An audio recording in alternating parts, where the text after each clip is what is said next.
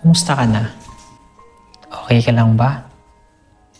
Bilang estudyante, bilang tao, bilang binata o bilang dalaga, okay ka lang ba? Kung okay, maganda. Kung hindi okay, okay lang. Kasi kahit papano, yung problema na binibigay sa inyo, lahat tayo may problema, sa totoo lang. Hindi dahil gusto ng nasa taas na parusahan tayo, na kahit papano maghirap talaga tayo dahil kagustuhan niya na maghirap tayo. No.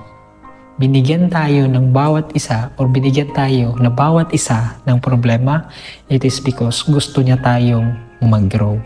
Gusto niya tayong matuto. Gusto niya tayong magbago. Kasi alam natin lahat sa inyo, lahat tayo, may pinapangarap, may gusto. Na kung saan, yung gusto natin na yun is nangangailangan ng bagong tayo. Dumadaan tayo sa sitwasyon na mahirap, na parang susukuan mo na. It is because para kahit papano pagdating ng opportunity na para sa'yo, ready ka. Hindi lang yan pinananas sa'yo dahil gusto kanyang masaktan. Hindi niya lang ipinaranas yan sa'yo kasi gusto kanyang malugmok, mahirapan.